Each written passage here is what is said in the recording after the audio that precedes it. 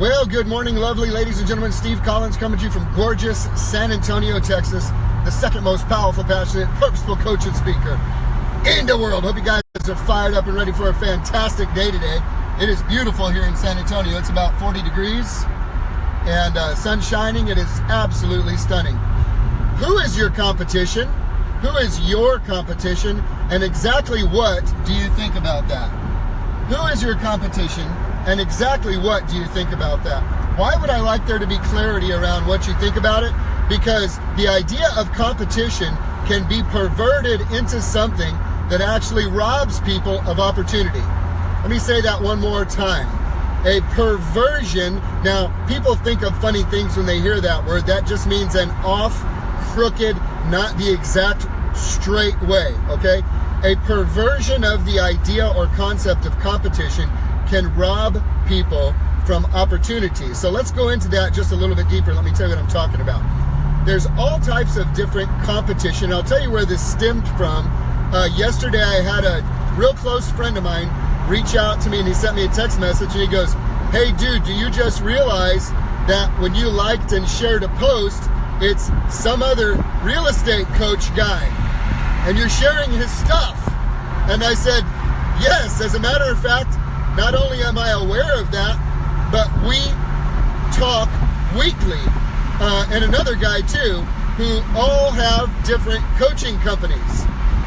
And we made an agreement when we were all stepping into this, wouldn't it be great if we demonstrated the true manifestation of an abundant way of thinking, in that we choose to coach each other to help each other get as big and wonderful and amazing as we can be, so we can help millions of other people become as big and amazing as they can be.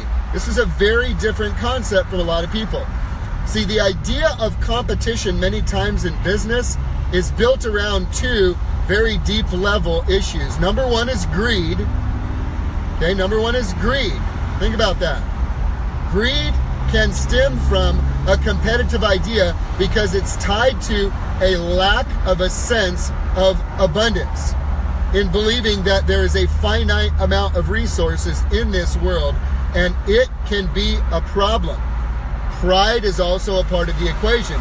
Pride can come in when someone is more committed to, quote, winning than truly making a difference. Now, how many people do you know who are, quote, winning financially, and yet whose personal lives are a train wreck? Think about that for a minute. Zig Ziglar would say, that's not really winning. That's not seeing you at the top. If you are winning financially, and yet you are not winning relationally and in your health, then you are just getting a piece of the pie. So an unhealthy perversion of competition can come from greed, can come from pride. What is a healthy competition? This is a perspective that you may not have heard before. A healthy competition comes from a man or a woman choosing to become better today than they were yesterday. Your competition is you.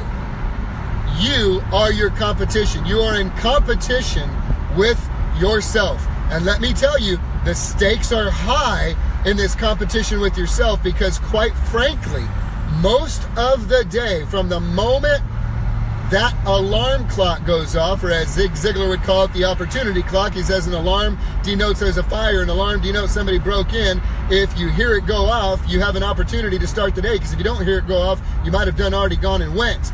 So when that opportunity clock goes off, you are immediately in a UFC cage match with the thoughts in your own head, which will either empower you or disempower you from the moment you are consciously awake.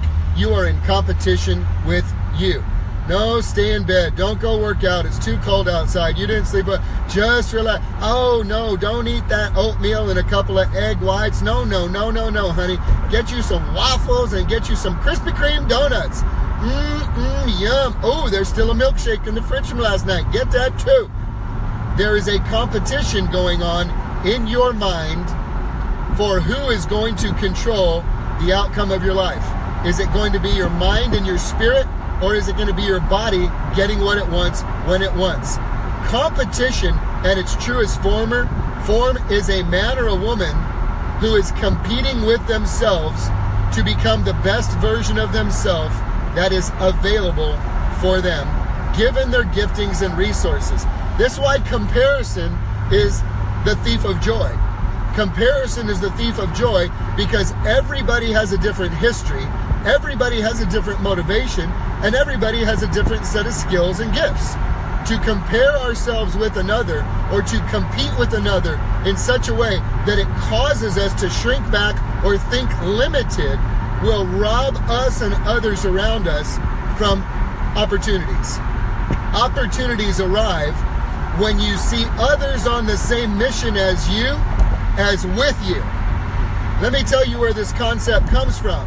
It's a powerful concept, and a lot of businesses violate it, and that's cool. They have the freedom to do that. So here is the statement. Jesus said this when his disciples came and said, "Hey Jesus, there's these dudes over there, and these dudes over there are talking to people that are casting out demons, and they're laying hands on sick people, and they're doing the stuff we're doing, but you empowered us to do it, and they don't even know us. What are they doing?" And he goes, "Hey, easy, Tiger. Easy. Relax a little bit. Whoever's not against us is for us." Let me say that one more again and get that into your spirit. Jesus said this. Whoever's not against us is for us. So let the guys be. Let them do what they're doing. Is someone against you? Well, let that be their problem. Let that be their problem. If someone's not against you, then they're for you. This is a phenomenal concept that very few people really grasp a hold of. Jesus said, if they're not against us, they're for us. This ties into the idea that silence is assumed to mean consent. When you see someone or something being violated, then you have the opportunity to intervene and protect. To not do so is to basically say you're okay with what's going on. Silence, inaction, is assumed to mean consent, that you're okay with it. So what will you do with this information today? Who is your competition? Is it someone? Is it something? Is it a business? Is it another person? Is it someone or a person? Is greed and pride and lack a part of the motivating factor? Ask yourself. I can't answer that question. Second question, what exactly do you think about that? What exactly do you think about where that competitive vibe comes from? The truest form of competition, ladies and gentlemen, is when a man or a woman decides for himself or herself, I am going to be the best version of myself that I can become. I have no competition other than me being better than the me that I was yesterday. I heard a couple of profound statements from a preacher a long time ago, and he said this: when you find your purpose, you eliminate all competition. When you find your purpose, you eliminate all competition. That does not mean that you are not going to try to be bigger or faster or better or do more just to see where you stand. It simply means that when you are in your purpose, there is no one like you, no one created like you, no one with your history or your why or your gifts and skills that can bring and deliver to this world what only you uniquely can bring. You are unique and individual in and of yourself. So your competition is to become the very best version of yourself that you can become.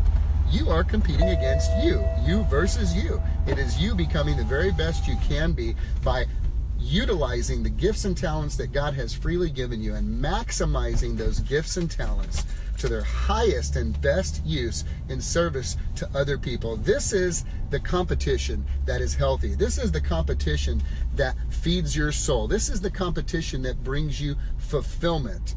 Most people who are not growing are dying, and they are living a slow drip death of mediocrity and misery that comes from not pushing and stretching. There's a tremendous satisfaction and self-worth that comes from pushing yourself outside of your comfort zone to be, do, and have more than you currently have right now. So ladies and gentlemen, who is your competition, and exactly what do you think about that? Have a great day, guys.